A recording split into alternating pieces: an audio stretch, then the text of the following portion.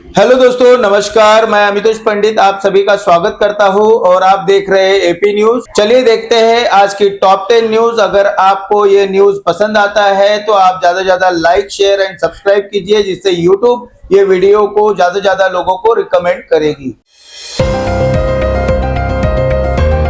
भिवंडी के मौलाना आजाद मैदान में प्रस्तावित पानी की टंकी को लेकर स्थानीय लोग फिर से सड़क पर उतर आए हैं। रहवासियों का कहना है कि सालों से पानी की भारी किल्लत है। टैक्स पूरा लिया जाता है लेकिन सप्लाई बेहद कम मिलती है।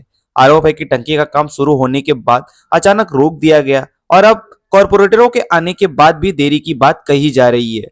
लोगों ने साफ कहा कि अगर तुरंत काम शुरू नहीं हुआ तो महानगर पालिका का घेराव किया जाएगा और जरूरत पड़ी तो भूख हड़ताल भी होगी।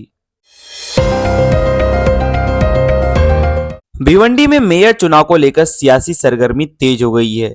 वार्ड नंबर 7 से चुनाव लड़ चुके सामाजिक कार्यकर्ता दिलशाद मोमिन ने कहा कि महापौर का चुनाव जनता के सीधे वोट से होना चाहिए, न कि नगर सेवकों की आपसी सहमति से। उनका दावा है कि उन्होंने संविधान की धारा 243 के तहत इस मांग को लेकर आवेदन भी जमा किया है और अगर फिर से किसी तरह का खेल हुआ तो मामला हाई कोर्ट, चुनाव आयोग और मंत्रालय तक ले जाया जाएगा। फिलहाल इस मुद्दे पर शहर की राजनीति गर्मा गई है। यह पूरी रिपोर्ट लाइफ इन भिवंडी की है, जिसे हम आप तक पहुंचाने का काम कर रहे हैं। भिवंडी में युवा अधिवक्ताओं के एक प्रतिनिधि मंडल ने डीसीपी शशिकांत बुराटे से मुलाकात कर पुलिस और वकीलों के बीच बेहतर समन्वय की मांग रखी है। उनका कहना है कि नए लॉ कॉलेज खुलने से बड़ी संख्या में युवा वकील मैदान में आ रहे हैं और कई बार पहचान या संवाद की कमी से टकराव की स्थिति बन जाती है। प्रतिनिधियों ने साफ किया कि वे किसी विवाद को बढ़ावा नहीं देना चाहते, बल्कि न्याय व्यवस्था सुचारू चले, इसके लिए सहयोग चाहते हैं। डीसीपी ने मामले पर सकारात्मक विचार करने का आश्वासन दिया है। भिवंडी के सरकारी दफ्तर में काम कराने आए नागरिकों का आरोप है कि उन्होंने लगातार सर्वर डाउन कहकर वापस भेजा जा रहा है। लोगों का कहना है कि कोई 3 महीने से तो कोई 4 महीने से चक्कर लगा रहा है, लेकिन हर बार 8 दिन, 10 दिन या फिर अगले महीने आने को कहा जाता है।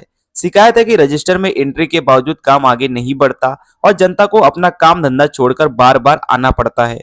नागरिकों ने जिम्मेदार अधिकारियों से व्यवस्था सुधारने और समय पर काम करने की मांग की है। Bhiwandi Nizampur city municipal corporation में सत्ता की कुर्सी की जंग का बिगुल बज चुका है और मेयर पद के लिए मतदान 20 तारीख को होगा। तारीख तय होते ही राजनीतिक गतिविधियां तेज हो गई हैं। पार्टियां अपने अपने नंबर मजबूत करने और सहयोगियों को साधने में जुटी है। संख्या बल, समर्थन और क्रॉस वोटिंग की चर्चाओं के मुकाबले को बेहद रोमांच बना दिया गया है। अब सबकी नजर 20 तारीख पर है, जब यह तय होगा कि शहर की कमान किसके हाथ में जाएगी। मुंबई नासिक राजमार्ग पर चल रहे निर्माण कार्य की वजह से वाहन चालकों को भारी परेशानी का सामना करना पड़ा। सड़क पर लेन कम होने से लंबा जाम लगा और लोग करीब 2 से 3 घंटे तक फंसे रहे। यात्रियों का कहना है कि बिना सही ट्रैफिक मैनेजमेंट के काम होने से रोजाना दिक्कत बढ़ रही है। लोगों ने प्रशासन से व्यवस्था सुधारने की मांग की है ताकि आम नागरिकों को राहत मिल सके। बांग्लादेश में मतदान के दौरान लोगों में जबरदस्त उत्साह देखने को मिला। सुबह से ही पोलिंग बूथों पर लंबी कतारें लगी रहीं और युवा से लेकर बुजुर्ग तक लोकतंत्र के इस पर्व में हिस्सा लेते नजर आए। कई मतदाताओं ने इसे अपने जीवन का खास पल बताते हुए शांतिपूर्ण व्यवस्था के लिए प्रशासन का आभार जताया। पूरे माहौल में त्योहार जैसा रंग दिखा और लोगों ने बेहतर भविष्य की उम्मीद के साथ अपने मताधिकार का प्रयोग किया। बीजापुर में शिक्षा स्तर सुधारने के लिए प्रशासन ने दक्ष परीक्षा अभियान शुरू किया है। इसके तहत 5वीं और 8वीं के करीब 9,500 विद्यार्थियों को Jawahar Navodaya Vidyalaya, Eklavya model residential school, Prayag residential school और सैनिक स्कूल जैसी परीक्षाओं के लिए तैयार किया जा रहा है। पहल का मकसद बच्चों की भाषा, गणित और लॉजिकल क्षमता मजबूत करना है। साथ ही बेहतर प्रदर्शन करने वालों को प्रोत्साहन भी दिया जाएगा। सेंट्रल रिजर्व पुलिस फोर्स की 74वीं बटालियन ने सुकमा में 24 अप्रैल 2017 के माओवादी हमले में शहीद हुए जवानों की स्मृति में क्रिकेट टूर्नामेंट आयोजित किया। कमांडेंट हिमांशु पांडे ने बताया कि तब से हर साल यह प्रतियोगिता शहीदों के सम्मान में कराई जाती है। इस पहल को युवाओं का शानदार प्रदर्शन मिल रहा है और बड़ी संख्या में खिलाड़ी हिस्सा ले रहे हैं ताकि बलिदान को याद किया जा सके।